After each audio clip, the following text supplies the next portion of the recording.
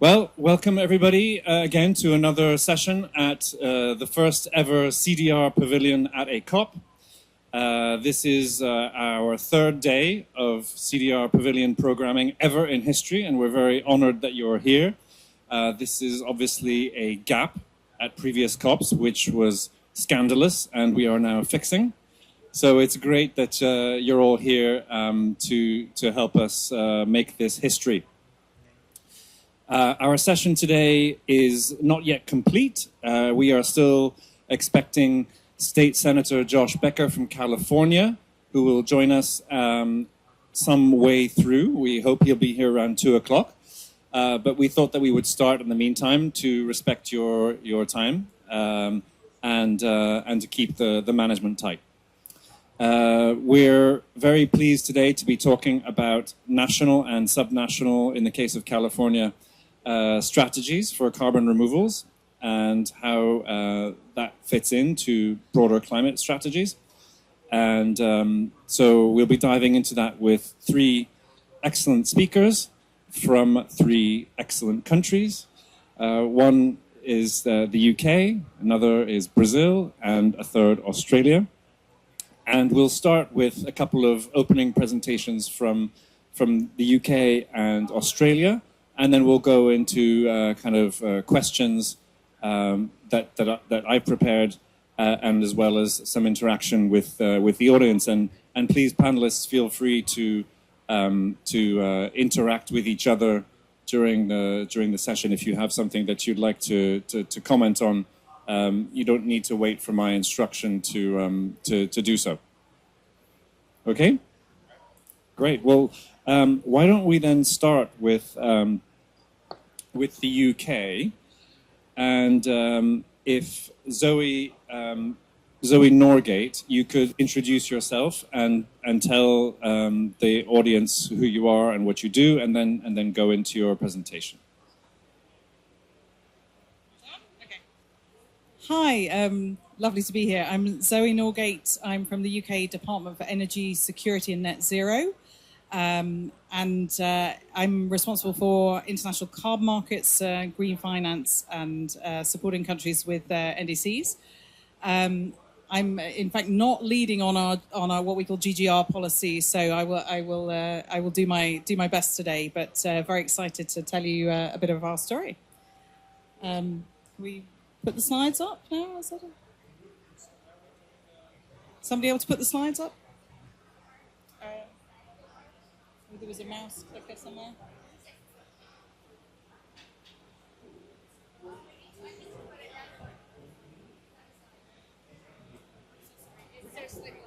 Yeah, don't worry. Well, perhaps I'll get started while we find the slides. So one point of semantics in the UK, for some reason we refer to them as GGRs, greenhouse gas removals, rather than CDR, but. We know that greenhouse gas removals will be a really important for meeting net zero. We have very ambitious NDC and net zero targets, so we know that that's part of the picture. It's going to be an important part of our carbon budgets, particularly for balancing emissions from hard to abate sectors. So the government is committed to deploying GGRs at scale. We recently published our carbon budget growth and delivery plan, which sets out how we will continue to reduce emissions and how we can lower bills and secure good jobs in the process of that. And GGRs is part of that story.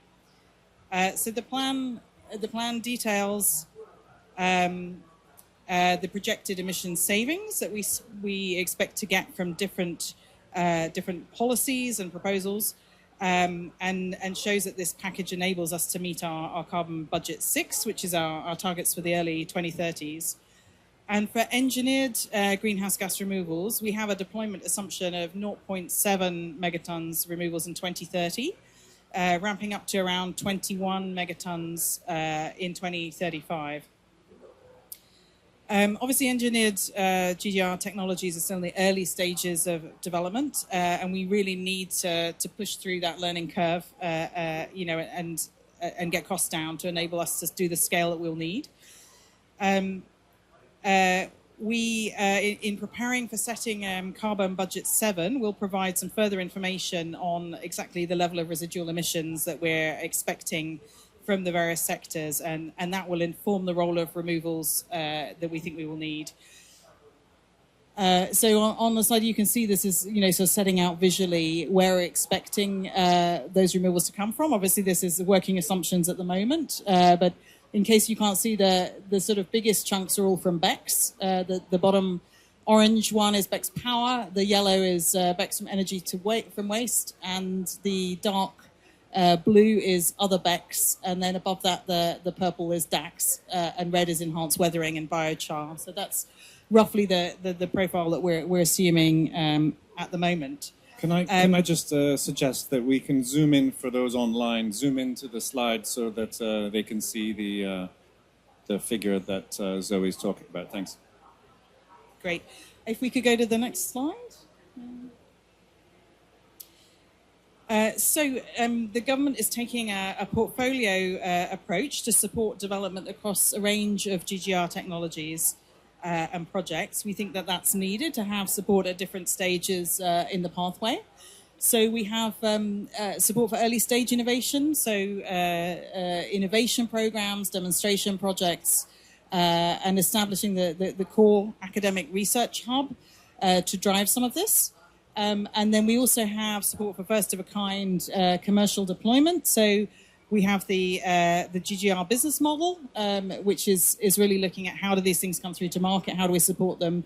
And we also have working in access for GGRs into the CCUS clusters that we're starting. And we also have work to develop a GGR standard, and that will also support then bringing GGRs into our UK emissions trading system, which is something that we're committed to doing by 2029. And then looking at the long-term market creation, we're also, and I can talk more about this later, but having various measures to try and bring through demand from the voluntary carbon markets, and then ahead of bringing into the EU ETS. So perhaps I'll leave it there. That's a quick snapshot of where we are. Super. Thank you very much, Zoe. So let's turn to Australia and to Chris Chilcott. And shall I move the slide? Is that going to work? Is that the one you're expecting? No, that's the UK. And is there an Australian presentation? It's just separate? Okay, so we'll just get that on the screen. But Chris, maybe you can introduce yourself and then we can move into the presentation. So good afternoon, everyone, and good morning to those in Australia. If you're watching online, it's 2 a.m. in Australia, so I doubt that. I'm Chris Chilcott. I'm the Deputy Director of the Environment Research Program within CSIRO, which is Australia's national science agency. Our program has 8 programs, of which a couple of those are around climate science, climate mitigation, and under that, I'm not, again, as Zoe said, not the lead of this work, but we do have this work within our climate mitigation program. So I'm going to take the opportunity to present this roadmap around novel CDR, which was released last Thursday in Australia. So it's quite new. And if you are interested in the slides, I can provide those to you. But as we're going through, you'll see a QR code, which will take you to the actual report itself, which will have all the details in there. So I'll give you a very high-level summary. I extracted from that, though, one paragraph, which I think was quite telling for this, and it really outlines Australia's opportunity. Australia is uniquely positioned for the large-scale deployment of novel CDR. We have abundant land and mineral resources. Those are ideal for biomass cultivation and enhanced rock weathering at scale. There's stable geological formations and one of the largest marine states in the world, which provide high-capacity, durable storage for on both land and sea. There's vast renewable potential that can power energy-intensive processes such as direct air capture and ocean alkalinity enhancement. And we have a highly skilled workforce as well. I do feel like I'm showing off in a sense, but the conditions in terms of how this could work in Australia are there at the moment. The focus of the roadmap that we'll show here in high detail, we're really looking at 4 novel CDR technologies: direct air capture and storage, enhanced rock weathering, biomass carbon removal and storage, and then ocean alkalinity enhancement. So when you see some of the graphs around the perspective later on, they will be the 4 technologies that we've been looking at. If we move to the next slide.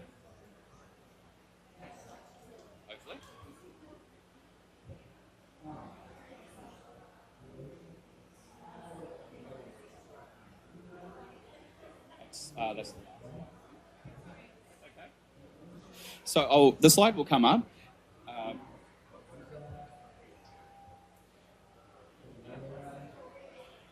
So the national government recently released a net zero plan, which is set out in the NDCs to have reduced emissions by 62 to 70% by 2035. In that, they produced 6 sectoral plans, of which in those it included carbon dioxide removal as one of the main ways that we would get to our targets. As well as part of that, they announced a $52 million round of carbon capture technology programs to support the R&D, and that's the area that we work in, which would hopefully accelerate some of these novel CDR technologies. Carbon management was also mentioned in most of those sectoral plans as well.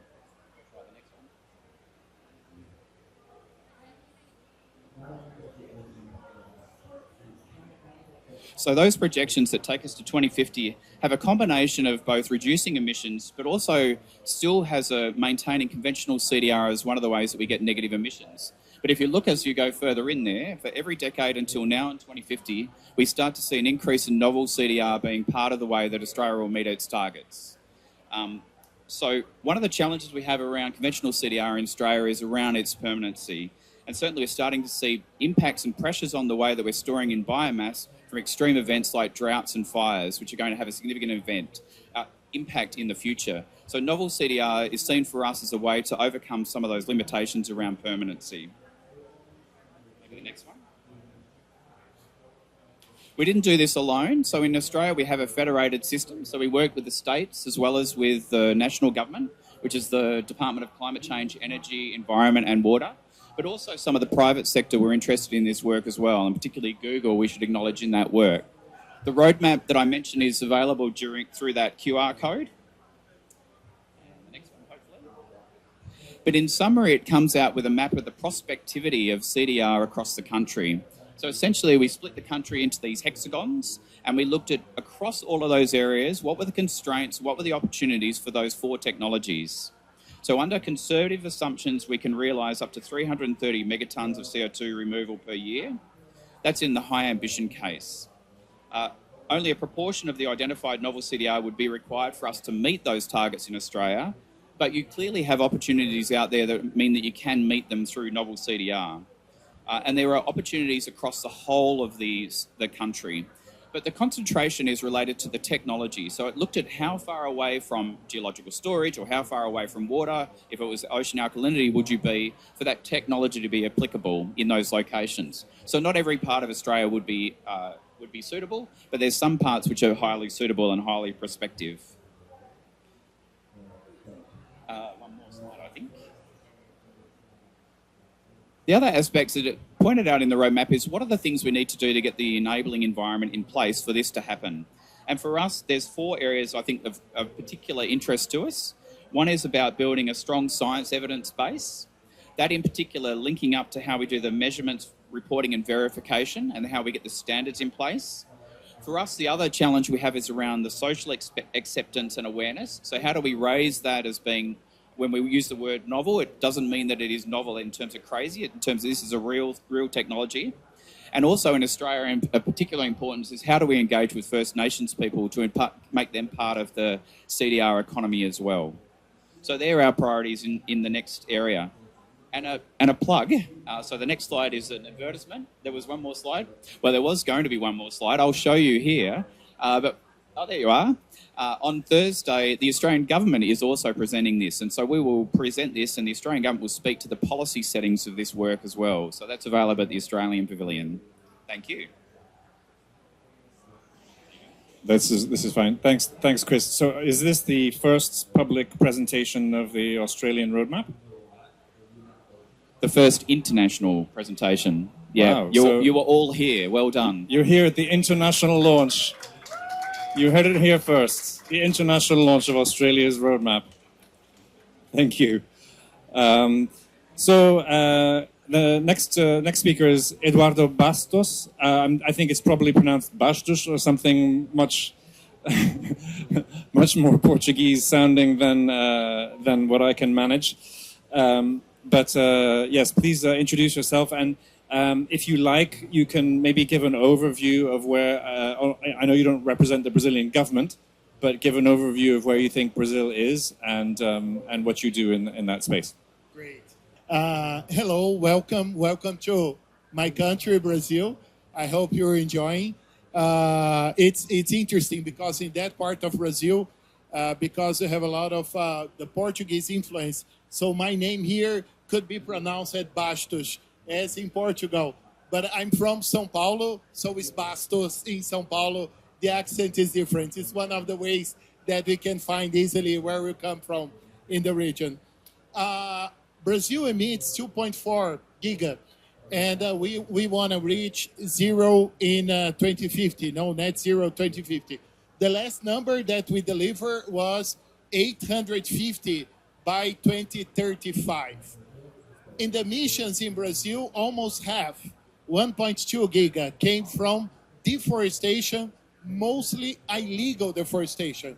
Sadly, we are, I can say that, one of the largest countries that the number one emission came from illegality. It's not a good thing for us, but this is the truth. So command and control is very important.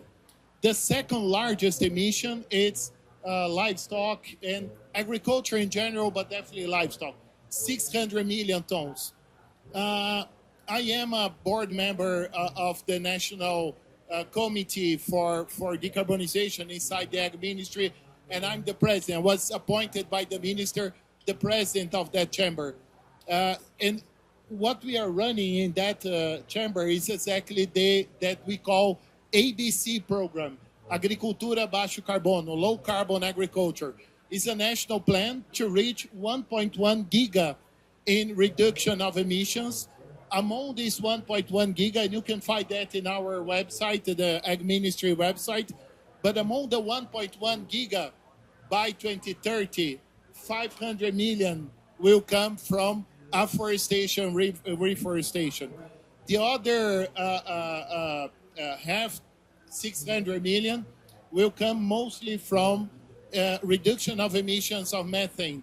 A part of that directly related to recover degraded pathogens, indirectly methane, because we reduce the age, the slaughtering age. And I'm not sure if all of you know, but the largest program for methane reduction in the world, it's that we call Boi China or Cattle China. When China decided to say we will only import animals with 30 months, not more than this, of a slaughter age. And then the average age in Brazil reduces for 40 months to 31. And because of that, we reduce more than 250 million tons. Nothing captured by numbers, only by studies, but it's very interesting. Can I just briefly interrupt you to welcome Senator Josh from California? Welcome. Have a seat. So, Senator, we were just continuing a round of introductory remarks from, we had the UK and then Australia, and now our Brazilian colleague is talking about what's going on in Brazil with regards to negative emissions strategy. And thank you. And finally, next year we will open a public hearing exactly to adapt, because the ABC plan will end by 2030. And our NDC, the new number that we have, we presented that in Baku. No, it goes to 2035. So in order to extend in 5 years the ABC plan, we will open the public hearing to understand the real numbers in Brazil for 4 technologies. And I love to see all the 4 here in the panel. But to talk about SOC, soil organic carbon, to talk about ARW, enhanced rock weathering, to talk about biochar and BECS. As most of you know, probably, as most of you know, I hope you know, but in Brazil 10 years ago, ethanol came barely only from sugarcane. In 10 years, we run from 100,000 liters to 9 billion liters. The direct impact is biofuels, which is very good. But look, the indirect impact too, huge indirect impact, is our one BECS, biogenic carbon capture storage, because for every ton of ethanol that we produce, we still have 1 ton of CO2 that we can inject as BECS, and another 1 ton for DDG that we can feed the animals and then reduce methane emissions. So the impact of biofuels will impact the whole value chain in a much, much bigger way than we expecting nowadays. Thank you.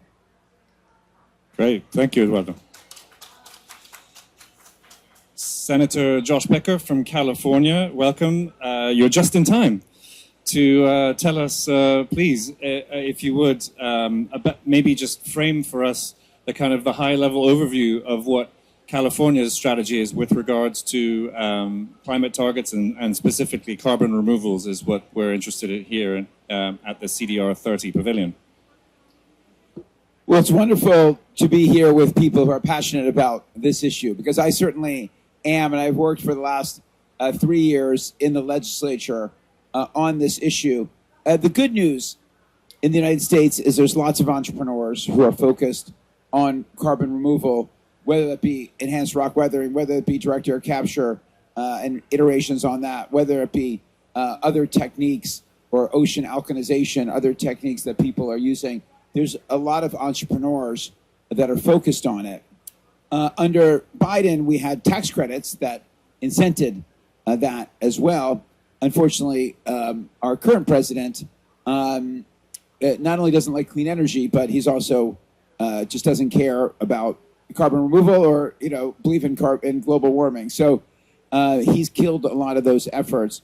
In California, I'll tell you, so the good news there is that we did reauthorize our cap and invest system. That's our carbon pricing scheme, and we authorized it through 2045. So the governor was saying, I think it's the only one through 2045. I don't know if that's true, but let's say it is through 2045.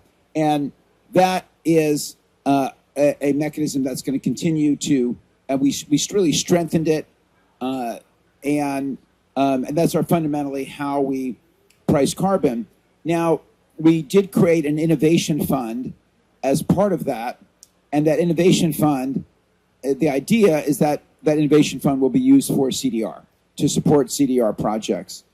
So that's the good news. What didn't happen, I had a bill that got almost all the way a couple years ago. Some people are nodding and probably know about that, which would have really kind of been what we were, I think, hoping for in this space, to say in California to get net zero by 2045. Even in our most ambitious plans, we go from 390 million metric tons to 70 million metric tons, and then that's supposed to be 70 million metric tons of carbon removal every year.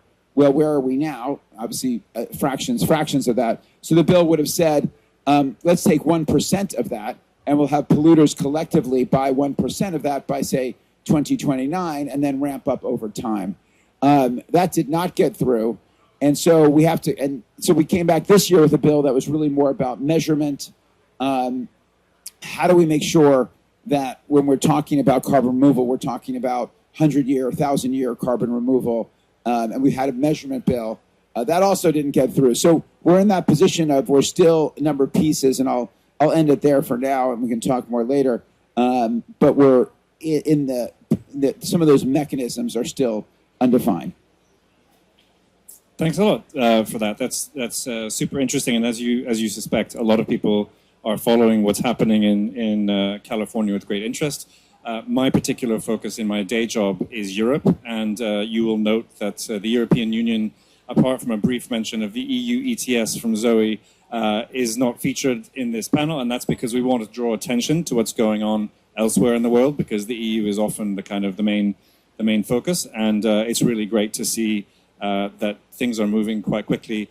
Senator Becker, you just missed the first public announcement, or international announcement of Australia's new roadmap, which was a big first.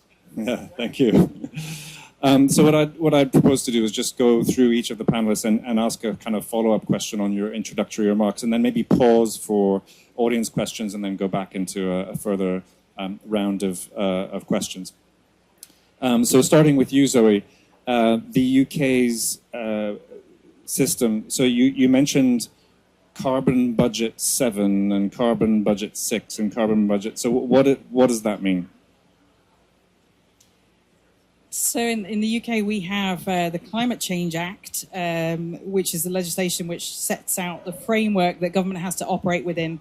It is established that we have a separate climate change committee, which sets advice to government on the carbon budgets, how much we can emit in a given period of time.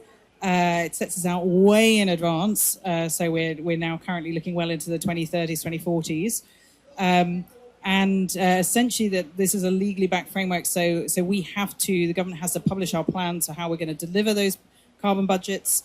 And then if we're not sufficiently convincing in our story on that, we will immediately be subject to judicial review from all of the many interested groups watching what the government is doing. So the carbon budget system is really the framework that kind of keeps us honest in terms of planning concrete measures that will deliver against our targets.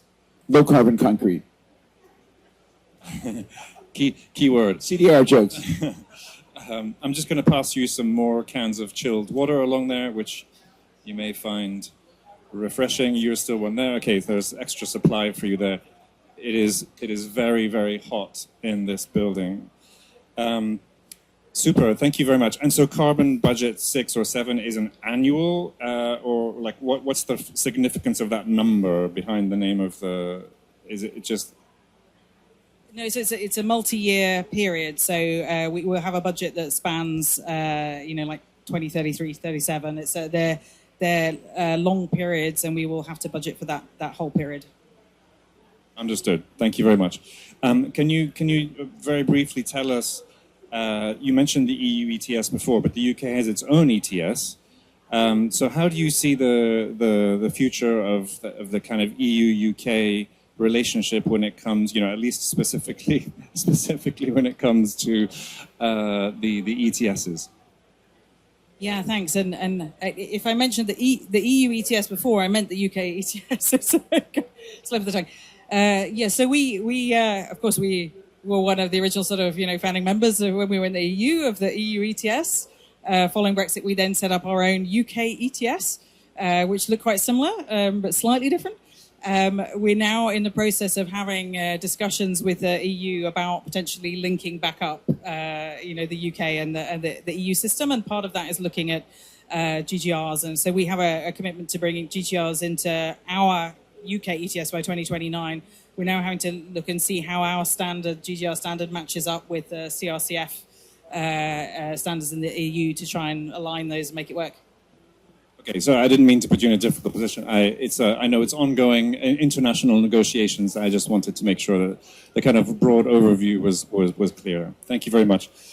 So then moving on to Chris and the Australian strategy. This is super exciting to have the announcement that you made today. But you called it a roadmap.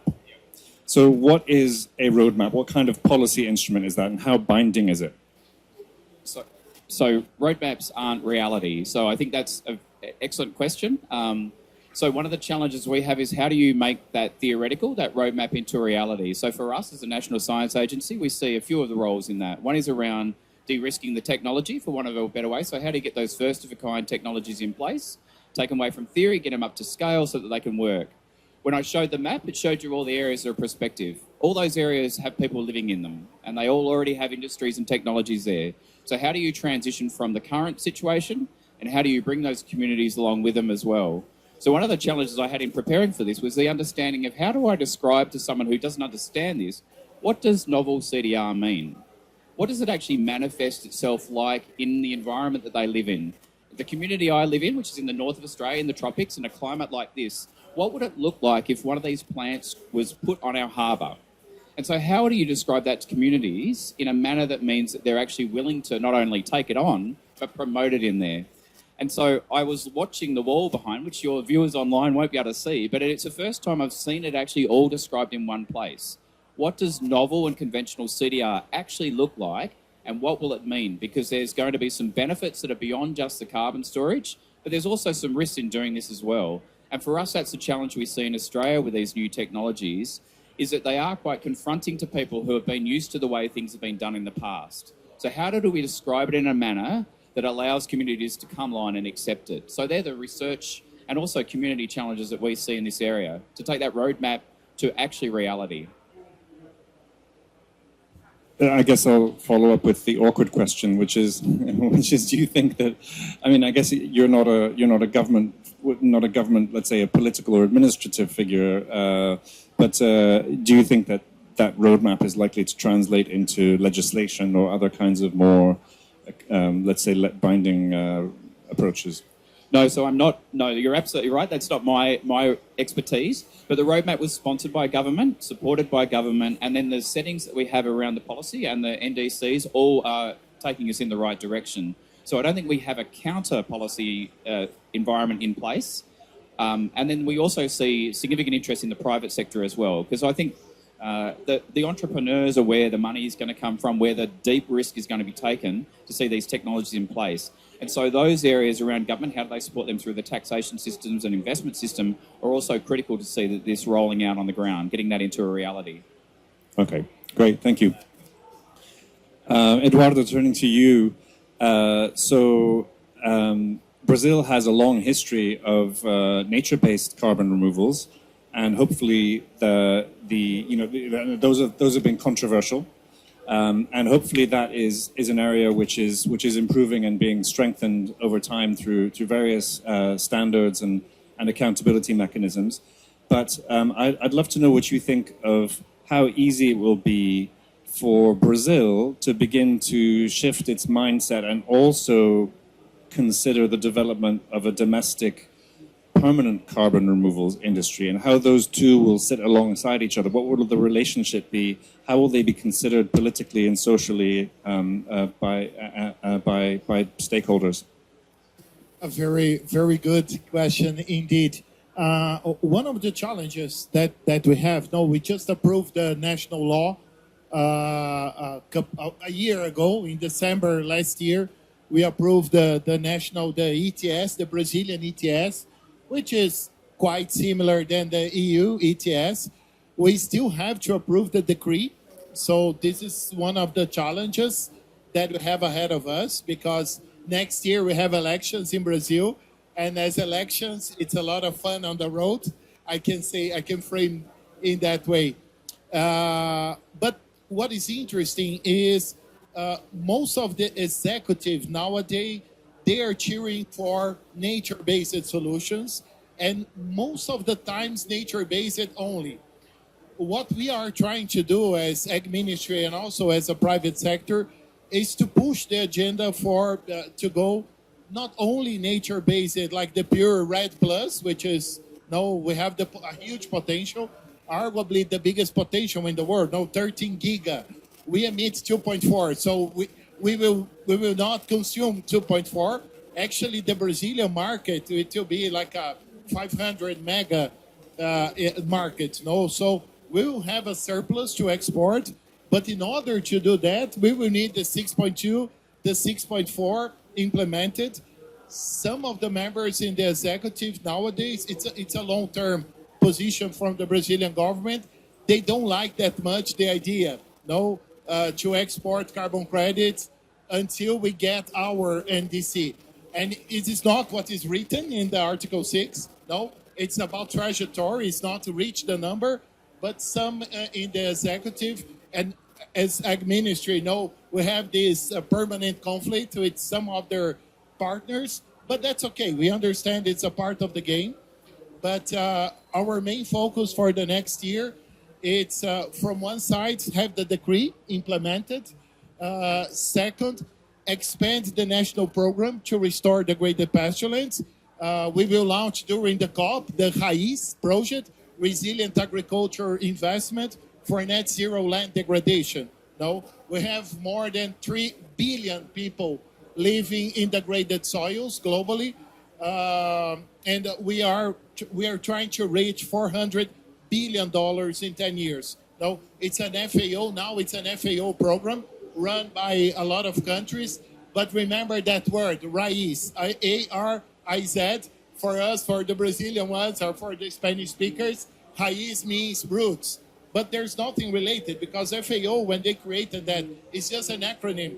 But for us, means a lot, because roots, there's a huge, it's very significant now for us to understand the challenges. But again, we have this alignment with the executive and legislative.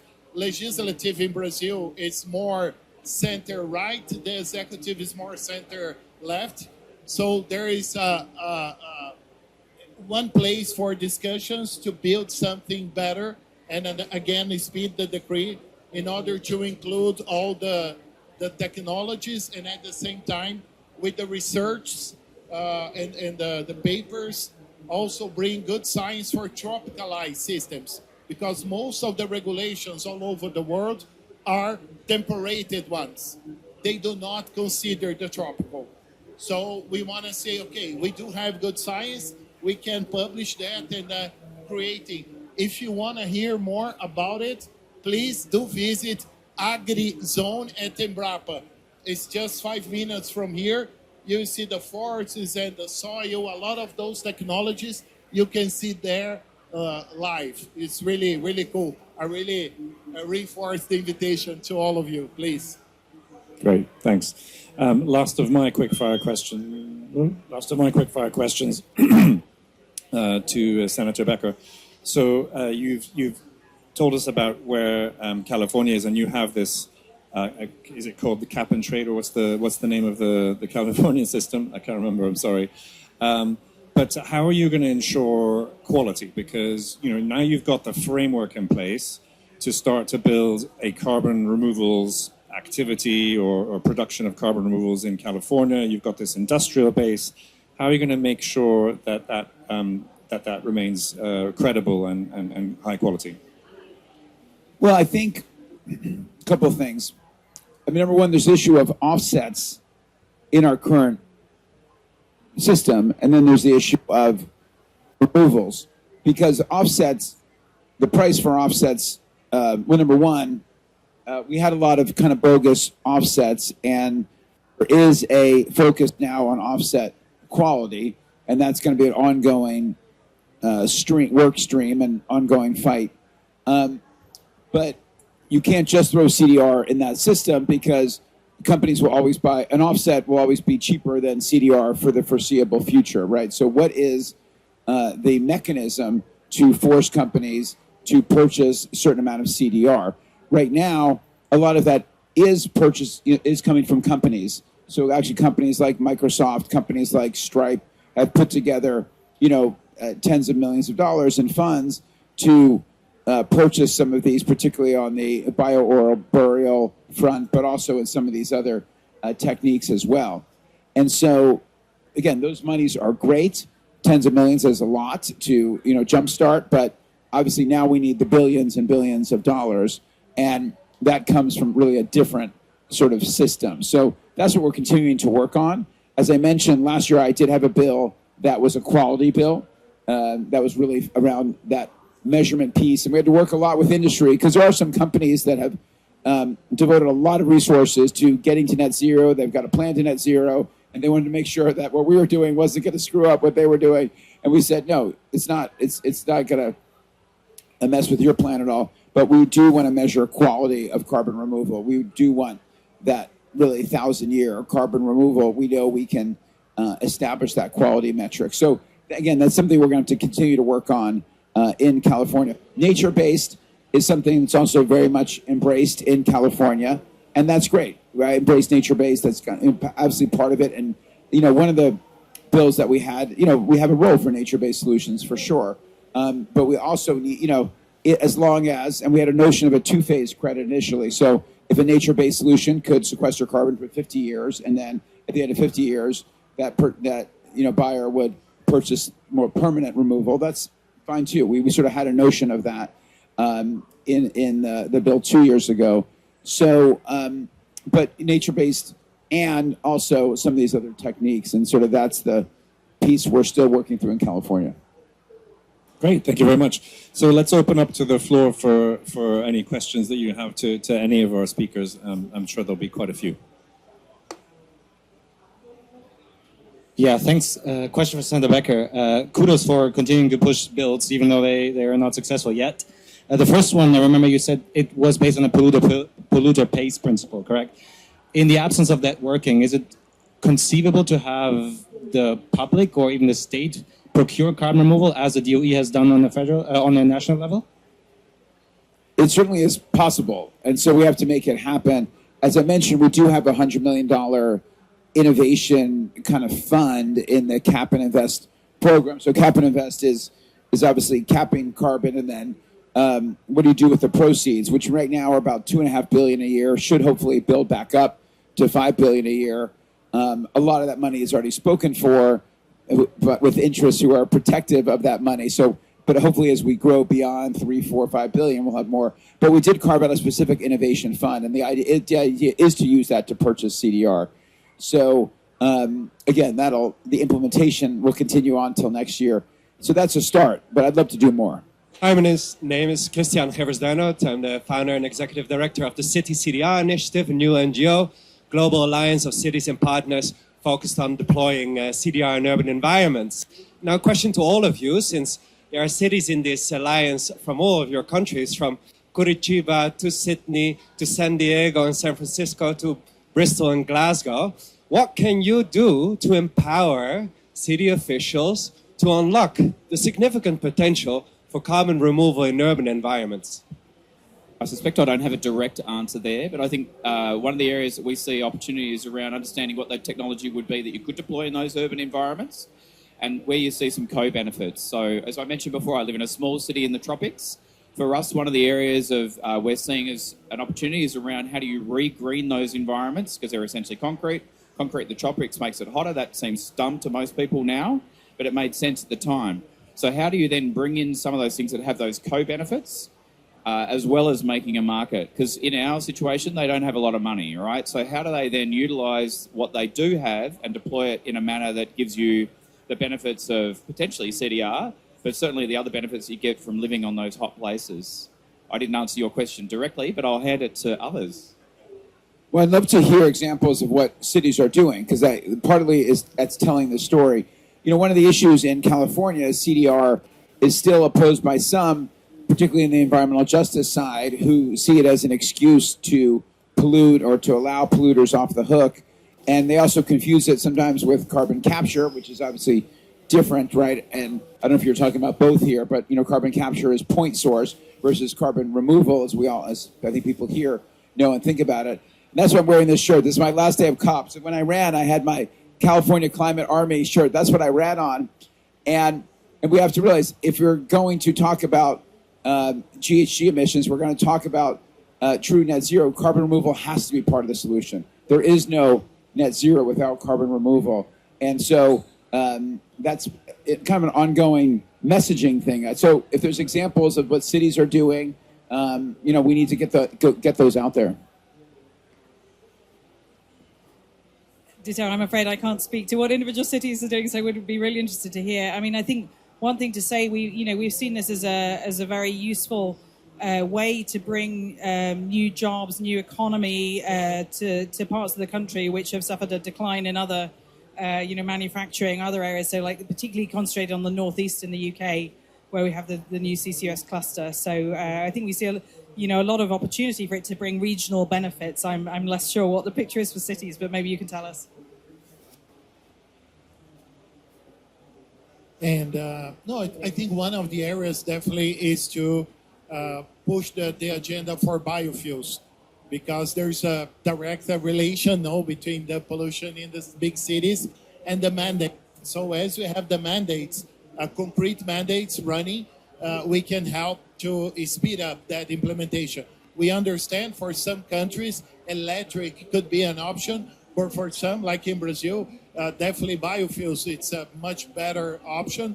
And again, when we invest in biofuels, we also have this huge agenda for BECCS, and then we can even reduce even more the emissions totally. So there is a fully correlation between the cities and the countryside.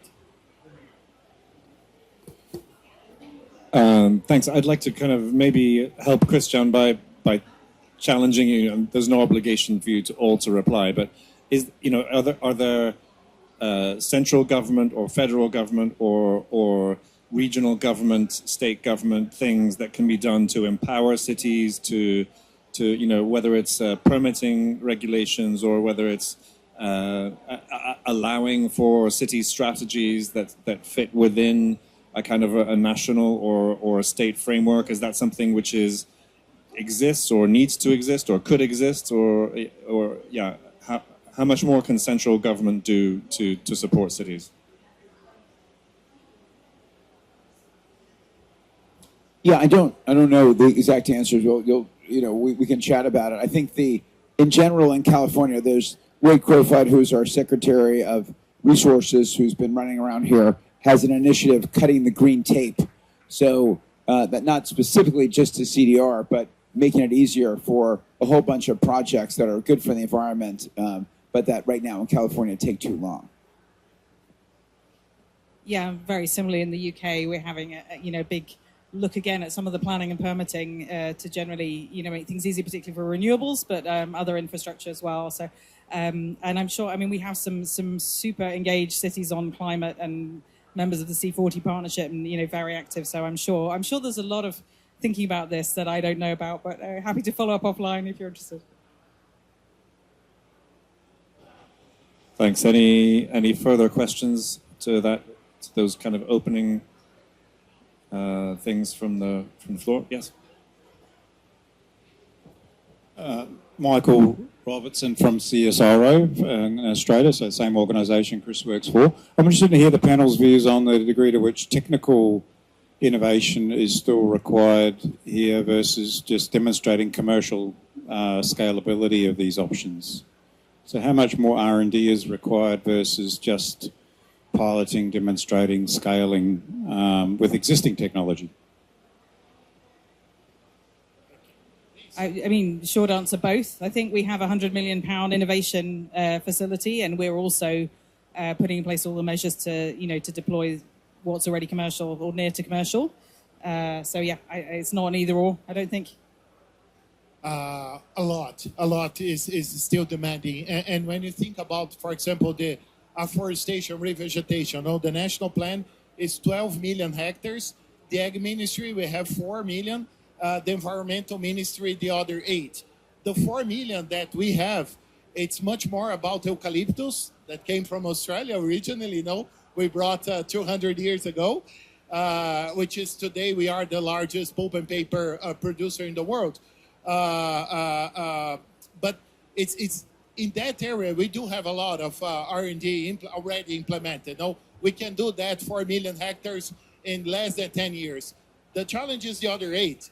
So you will see that when if you have time to visit even one museum in the region here, like Whaley Museum, when you see the Amazon forest, wow, it's not an easy task, to recover the area.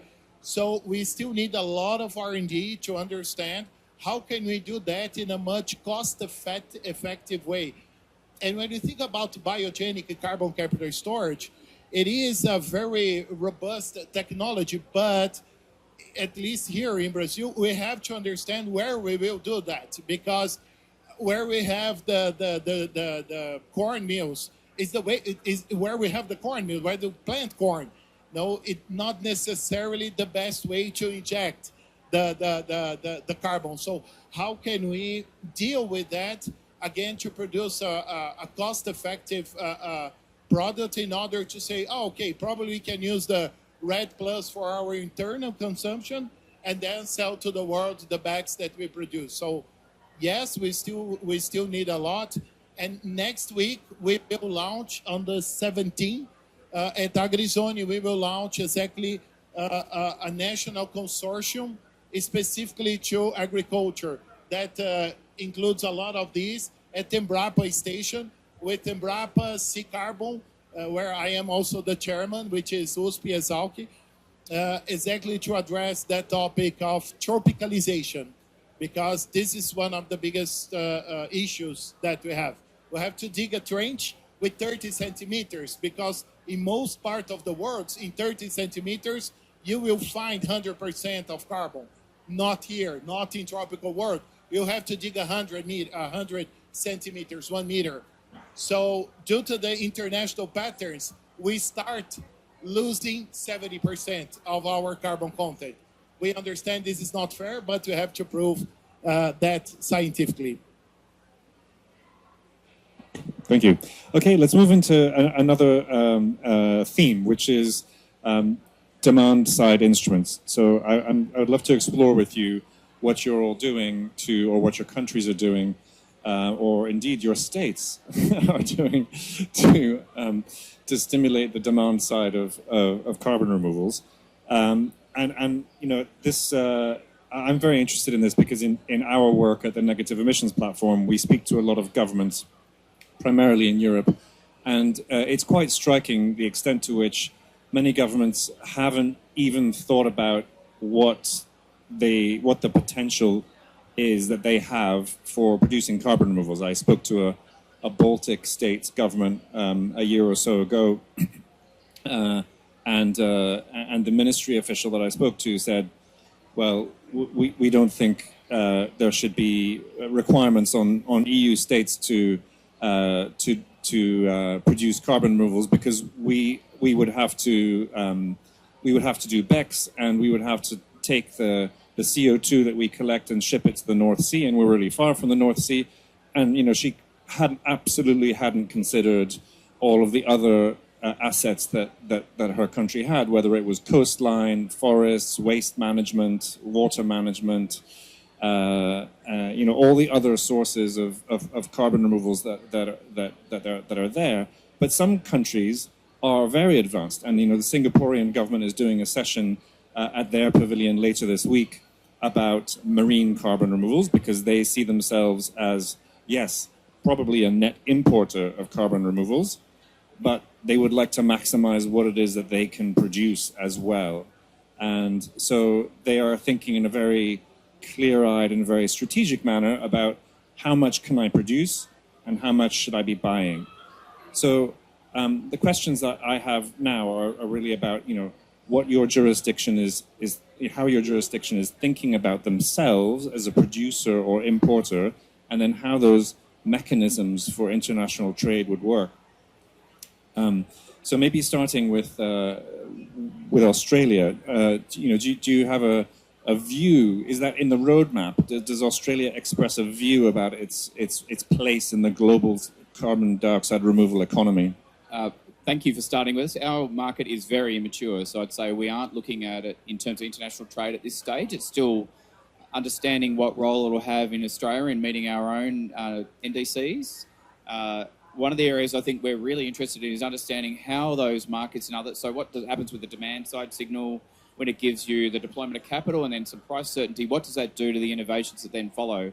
So if you think you have choice about what technology you could have, like you mentioned in your example, how do those signals then drive those innovations and choices that people have?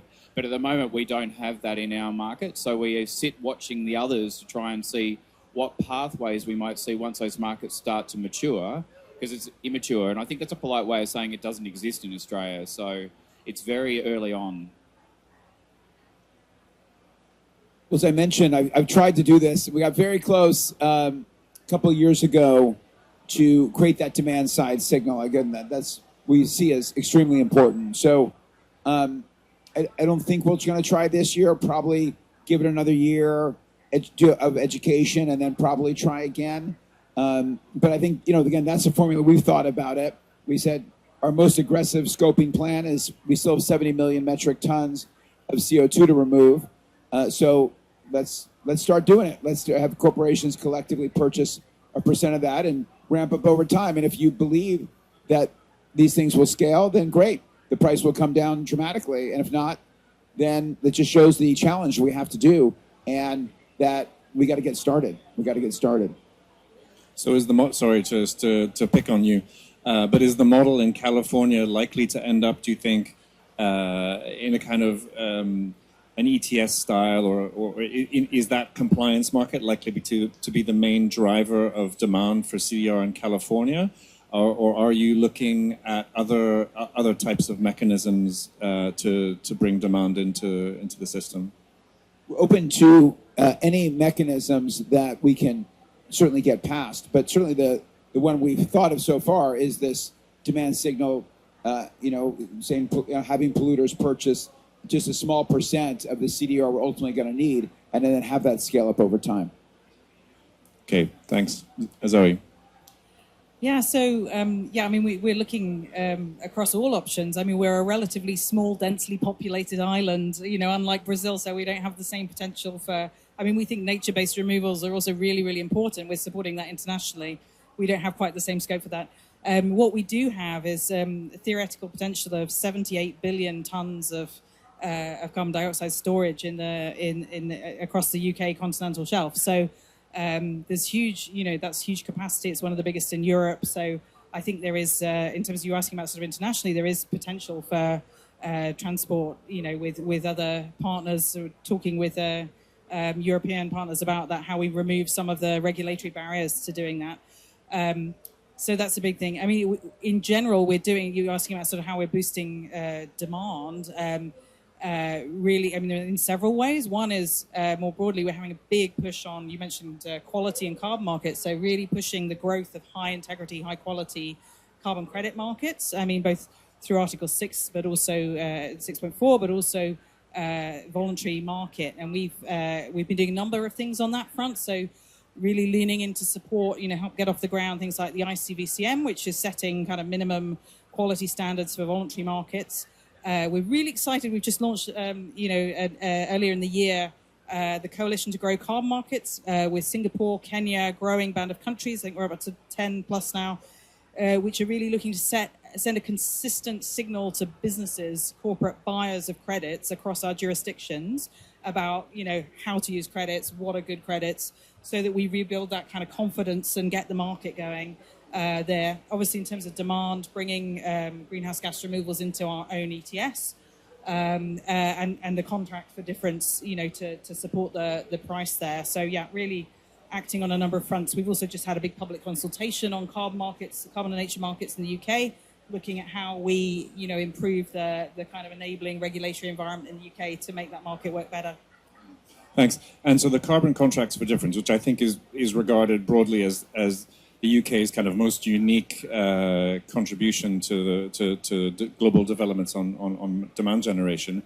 How do you feel in the UK government? How do you feel that that's working? Are you getting a lot of interest from other governments in gathering experience from you? And how does that kind of how is that developing internationally in your view? Yeah, so the contract for difference model is one that we've used for a long time for renewables and has been quite successful. And we've phased out our coal. We're on track for sort of being almost at fully clean power by 2030. So we long history of using it in that context. It's newer in the context of GGRs, but the proposal under our sort of business model to support GGR deployment is that there would be a 15-year contract to meet the gap between the price that GGRs could sell for into the markets and the actual cost of production, allowing for a reasonable return on investment for the financiers. Essentially it de-risks investment in GGRs, and we think it will be a successful model, but we're really only just getting started. Okay, great. And in Brazil, I know you have this, it's called the SBCE, is that right? And there are units that are kind of created in that system. And my understanding is that they can be both removals and reductions. But, is there a need eventually to kind of differentiate between those, or will they always be kind of one part of one pot? Yeah, it's interesting. One of the reasons, probably the main reason that we desperately need the decree to put that in a paper, to understand, okay, what does it mean, carbon credits, if we see, for example, agriculture, this is my world. If you implement good agricultural practices, you can generate carbon credits. In Brazil, carbon credits, it's voluntary only, the name. if you want to convert that to CBEs, the Cota Brasileira de Emissão, the emissions, which is exactly the 1 ton of carbon emissions, you have to be approved by the government. Who will approve? An executive board inside the executive government. Who will run that? Nobody knows. And that's one of the reasons that we are quite desperate to say, guys, please, we have to speed up that implementation, have that regulation in place, to have all the sectors, at least the main sectors of UN in Brazil, so we can understand the AFOLU, the industry, energy, the residues, and then we can frame the best way to approve or not. So far, the understand that we have, I have to write the law, the understand, yes, it will be all the same. As far as the government approved, everything can be converted in 1 CBE. And then again, if you want to convert that in ITMOS or in 6.4, we will need, again, the government approving. The government means the environmental ministry, the treasury, a special board, nobody knows. So that's a part of the main goal for 2026, to get there implemented pre the elections. Otherwise, we will have a lot of mess. So in Brazil today, if you're a large Brazilian corporation, an emitter, I'm not going to name one. I was going to name one, and then I'm not. But if you're a large, well-known Brazilian corporation, and you're faced with this new system, what are your incentives today to go and buy carbon removals in Brazil? One, if you think the two largest, the only two that have more than 300 million every year. A mining company I won't mention, and an oil company, our national oil company, is easy to track. Both of them, they are working in all the solutions, like even mangroves, which is funny for Brazilians because the largest mangrove in the world is here in Pará State, the whole coast to the Guianas, and most of the people have no clue about it, including Brazilians, which is interesting. So those companies, they're investing a lot. One of the reasons is, okay, I want to secure lowest price carbon credits for the near future, because we are talking about the regulation to be implemented, the decree, next year. And every company that emits more than 10,000 tons per year will be mandatory to send the data to the government, to the environmental branch of the government. 10,000 a year. If you emit more than 25,000, in the eyes of the law, you have to compensate. So there's no escape. The implementation, the law says we have till 2030 to implement that. But even the private sector is pushing really hard. The government says, please, let's start that in 2026. And then we can frame to understand the amount that will be needed to buy. But all the companies, actually, not all, but the big companies, they are investing in all kinds of solutions, including the long-term removals, which is interesting because they are costly, but because they are more effective, they are also investing. Okay, thank you. Let's pause. I'm going to come back to that, to Brazil's view, and you mentioned the tension between domestic, keeping a focus on getting the domestic targets done rather than investing too much in transnational trade. But I see that there's interest in asking questions from the audience. So let's pause for audience questions. Sorry, I thought I would just follow up on the question of stimulating demand, because I think it's a really important part of this that's not getting as much attention. I work for a direct air capture company that's based in the UK, Mission Zero. We got innovation funding from DESNZ, and something that they're doing at the moment is consulting on a low emissions framework for low carbon industrial products. And one of the demonstration units that we've got is taking CO2 from the atmosphere and putting that into a carbon concrete product that you can then use for pavements. And the UK is also now looking at how the SAF mandate can be blended into a net emissions or net zero emissions mandate. So I think there are some elements of design and policy that can stimulate on the demand side. I wonder if California or Australia had ways in which you could incorporate CO2 as a utilization pathway. It's an excellent question. I think the challenge at the moment is the immaturity of the market, because currently the national accounts don't account for negative emissions. So at the moment that driver isn't there. The pilots will allow you to then do that in the voluntary market, which will allow you then to create the standards and demonstrate that it's verifiable, and therefore it can then go into the national accounts. That's the missing element. I think that would be your frustration you're expressing in that. It's part of the reason why we do the roadmap at the start, and that's why I said it's not a reality yet, it's a roadmap, because it talks about how you then go to those next steps. How do you get it into the national accounts, which therefore means you get the credibility, the transparency, and then you get the drivers on the demand side from that as well. Happy to understand how it's working. I'd love to follow up.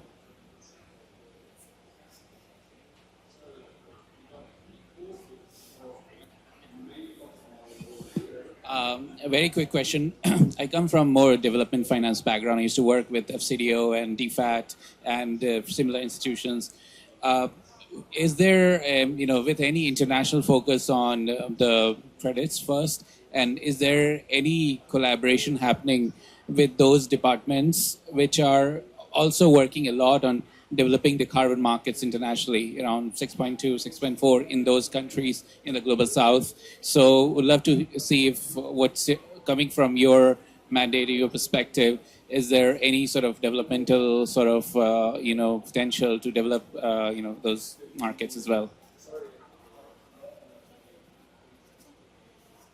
I think, yes, absolutely. So in fact, one of the things that my team is responsible for is all of our climate finance ODA cooperation on carbon markets. So we're invested in a number of programs which are working across a range of developing emerging markets to support them putting in place all of the frameworks, the policy, the legal structures that you need to be able to fully participate in both Article 6 markets and voluntary markets, and we think that's really fundamental. Also doing a lot of work on nature-based solutions and support for forest-based removals and jurisdictional RED+. So yeah, very much see that as an opportunity. And and over the last, I would say, 2 or 3 years, there's just been a huge increase in interest and engagement from developing countries, particularly finance ministries, seeing this as a really key way to bring debt-free finance coming from the private sector into transitioning key sectors. So yeah, I think absolutely. And I know there are some countries like India doing really interesting stuff as well on engineered removal. So definitely potential. We want to, which is why we're so keen to kind of both get the rules right, the integrity side, and also stimulate demand, build confidence amongst buyers. And we've done things. I mean, more, for example, the Leaf Coalition, bringing buyers together with with forest credits. But I think there's a lot more scope to do things like that as well. Yeah. Yeah, no, I think just to reinforce, because last week we have in the pre-COP, one of the events with ICS in Brazil. We had an event with the India delegation talking about Mumbai Climate Week next February. And we were talking about it. We were talking about, okay, how can we work closer with a lot of other countries to bring, for example, in cattle, the genetics to reduce methane emissions, because it's really big. Like in Brazil, it's 400 million tons. It's ridiculous. It's twice bigger than the whole industry in Brazil. Cattle is twice bigger emitter than 100% of the industry in Brazil, and we are the 9th largest GDP in the world. So there is a lot of potential for collaboration, and that's for me. And again, we will not achieve the goals without financing. So we will need multilaterals. And a real concrete example that we did last September, we launched the Eco Invest Fund, that the government is giving a loan for 1% a year, and then combined with the private money to reduce the interest rates to farmers that are willing to implement good agricultural practices. So that's for us the main goal. Actually, for me, the next I make this joke because we rose 30 billion, and we will need 30 billion every year. So I do have a job for the next 9 at least to help to raise that, but not just for Brazil. And that's the interesting. At least from the countries in the global south, we can expand that quite easily, the capabilities to other countries, mostly in Southeast Asia and Africa for sure. Yes, one question. I think all of your countries and states share pristine coasts and long coasts, one better for surfing than the other, but also with a lot of potential for carbon removal. So I wonder whether you could maybe share the role that marine carbon removal approaches play in how you think about your countries and states can build up a portfolio of the variety of solutions that are out there. Yeah, there's, I think I showed earlier that there's a portfolio of approaches in some of those areas that we saw that very high prospectivity are those that have the ability to look at the marine estate for storage, and certain through things like ocean alkalinity approaches. So I think that's exactly right. There are potential there. The challenges around broad scale stuff, I think, is around understanding what the environmental potential consequences of doing that. So the unintended consequences of doing a broad scale approach as opposed to more pilot scale approaches at this stage.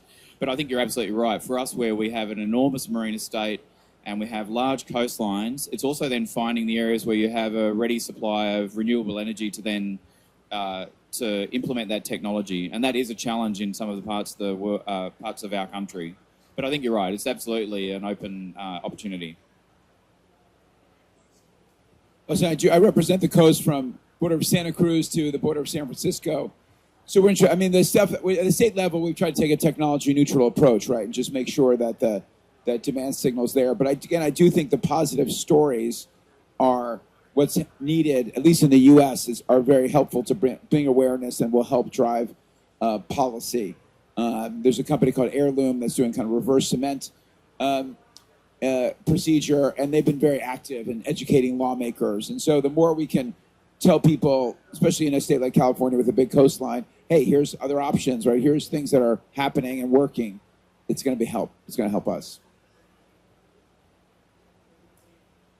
I don't know the answer to that for the UK, but I'm happy to put you in touch with the people that would. I mean, I've visited a facility in Weymouth, which is part of a UK government-funded research program.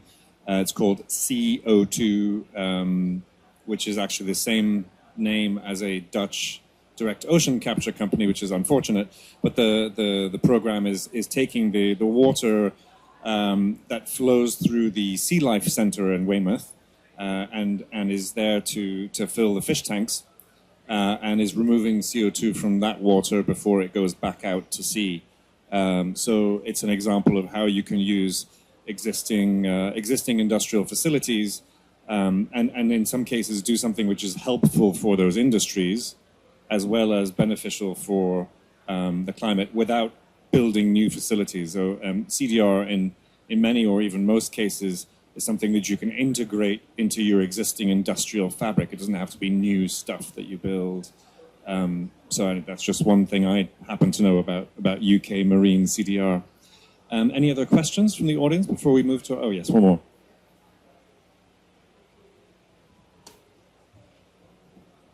Thanks very much. Tim Dixon, IEA GHG, and congratulations on your pavilion, the first time at a COP. And the Australian CDR roadmap, really interesting, first time I've had that presented. Of the 4 techniques that you've included, I just wanted to ask on the ocean alkalinity enhancement, there is a lot of work going on in the London Protocol on that, and are you aware of all of that and the amendment that's going to prohibit it except for research purposes at the moment? Thank you. Yeah, absolutely have an awareness of that, and clearly also in issues around things like carbon capture and storage as well, and anti-dumping issues as well. I think that's what you're leaning towards. So it does talk to that in the roadmap and talks about some of the context of it.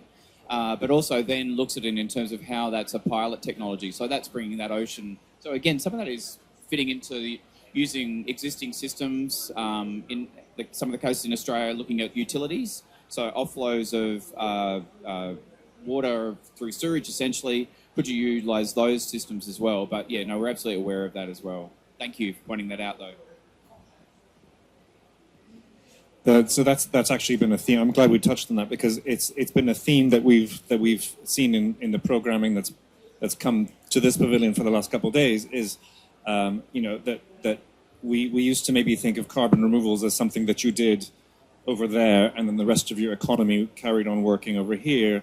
And in fact, in most cases, you can be doing things which simply support existing industries and happen to also have a carbon removal benefit, and actually therefore make those industries more competitive than they were, without disrupting their operations. So I mean, this is not the right panel to go into more details, but if you want to learn more about that, you can look at the recordings of the live streams we've had from previous sessions. Let's go to our last theme, and we don't have much time left. For some of you, that will be a relief because you'll be able to go to a cooler place. But thanks for sticking with us.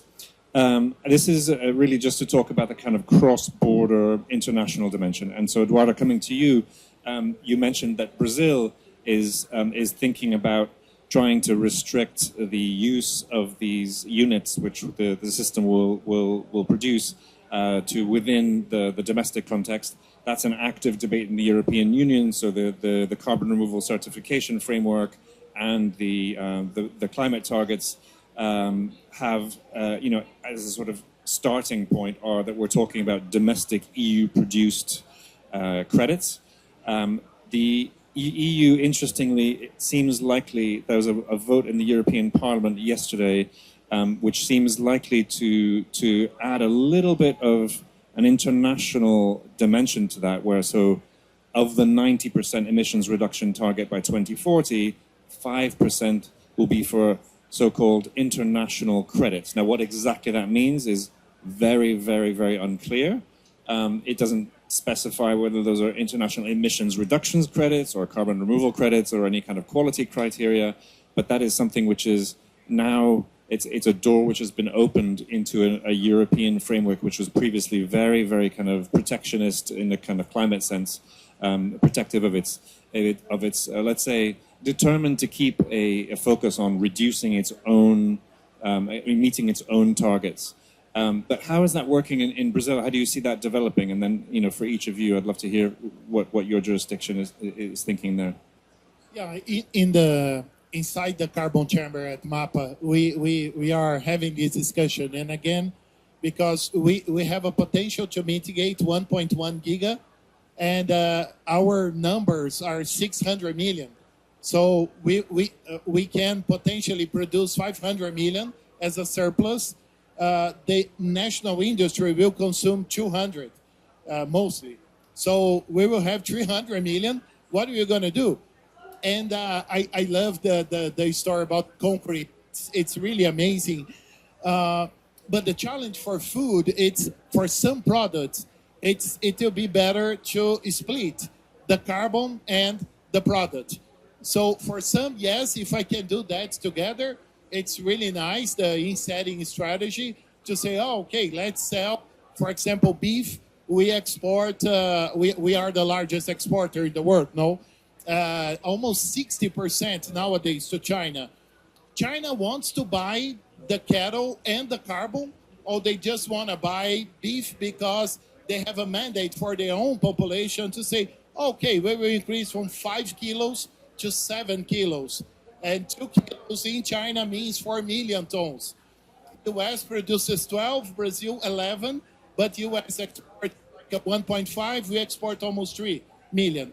China only is demanding 4 million tons. So the main objective for them, it's beef, not carbon. But once we produce low carbon beef, what are we going to do with that carbon? So this is a discussion for us to understand the in-setting, offsetting strategy, and how can we generate those carbon credits? And how can we tell that story to farmers? Because if you are a farmer and say, oh, okay, we have the DDG from corn ethanol to reduce methane emissions, it's VM41. But if you have ARW in the pasture lands, it has rock weathering. So you will generate carbon credits and you add that in the beef or not. For some crops like coffee, and you mentioned that last Monday here, you mentioned coffee. In coffee, it's really easy to add $1 more for a capsule, or for the sleeve, I don't know the name, the box of capsules. I have no idea, sorry. I'm Brazilian. But we can add the value, but I cannot do that, for example, for soybean to produce bacon in Malaysia. So that's also something interesting for all of us to track in the near future. How this 6.2, 6.4, we will address the SBC, the National Brazil ETS. I'm loving this. I've learned so much today. So I've learned today that Brazil's entire climate discussion is basically a beef discussion. It's really, really fascinating. Zoe. So the UK's position has been to date and remains that we're not planning to buy credits through Article 6 to meet our NDC targets or our carbon budgets. We haven't ruled it out for future, and I think it's very interesting to see the EU decision they've just reached. Might get people to reflect again, but currently we're not planning to buy. I mean, I think it gets more likely over time as we get closer to net zero and are dealing with those residual emissions. So that's where we are. Having said that, we're really big supporters of making those international trading systems work through Article 6 and supporting the rule book on that, supporting many countries in the global south to build their frameworks to access those markets, sell into those markets. If we get these things working well and with integrity, then it makes the global cost of doing net zero cheaper for everyone, and we can do it faster. So we're supporting that system. We're also encouraging appropriate use of voluntary credits with our corporates, because we see that can drive some of the investment that's needed as well.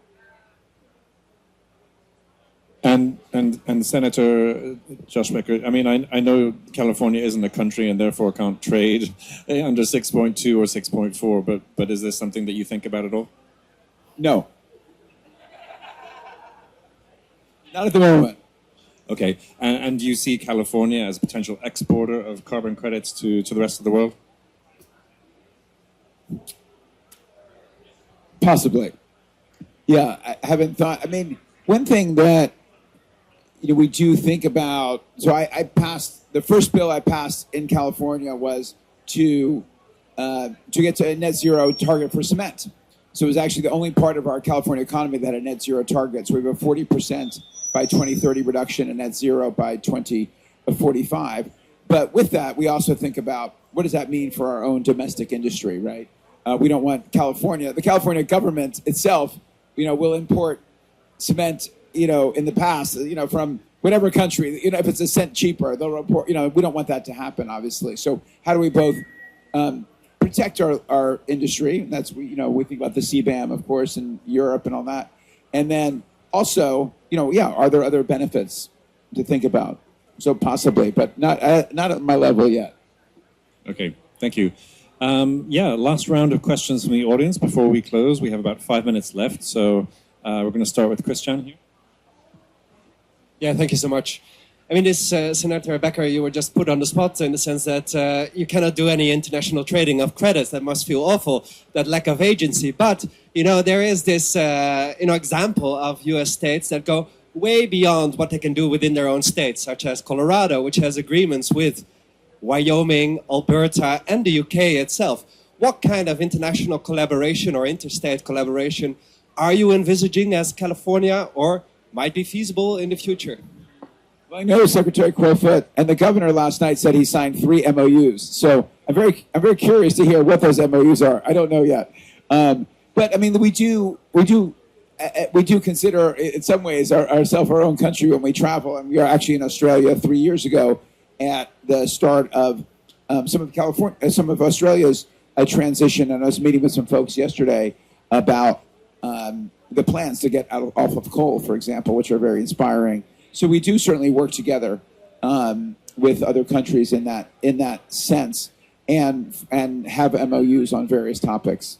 And we'll find out what we've signed here. I don't know yet. Thank you. Senator Becker, the California Low Carbon Fuel Standard, closer, the California Low Carbon Fuel Standard has allowed credits from DACs anywhere in the world. So repeat that about the Low Carbon Fuel Standard? Did it that way? Okay, thank you. I understand. So, Senator Becker, the California Low Carbon Fuel Standard allows credits into the fuel system from DACs anywhere in the world. Has that ever been taken up? I'm really interested. I also don't know, but that's a great point. Our low carbon fuel standard does lead to low carbon, investment in low carbon fuels across the country and possibly globally too. I don't know the exact mechanics. I know it's something we're very proud of.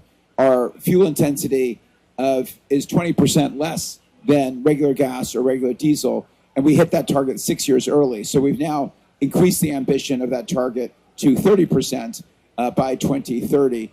And I know there's conversation. Some people think too much of the investment happens outside of California in that program because it's a large investment. Some people want that more in California. So I do know a lot of that investment happens outside of California, but I don't know the answer to your question. We'd love to follow up. Anything else?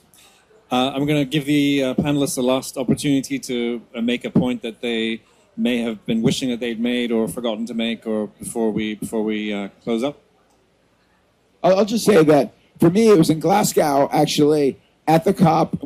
I heard there was a Baroness Castle, and there was like the rebel underground of carbon removal. It felt like, a small core of people really passionate. And, it feels like it does keep building every year. And of course, we have tremendous work to do as a community and as a state in California and beyond. But I'm really excited to see the technologies advancing, the entrepreneurship and the passion continue, and we're going to get there.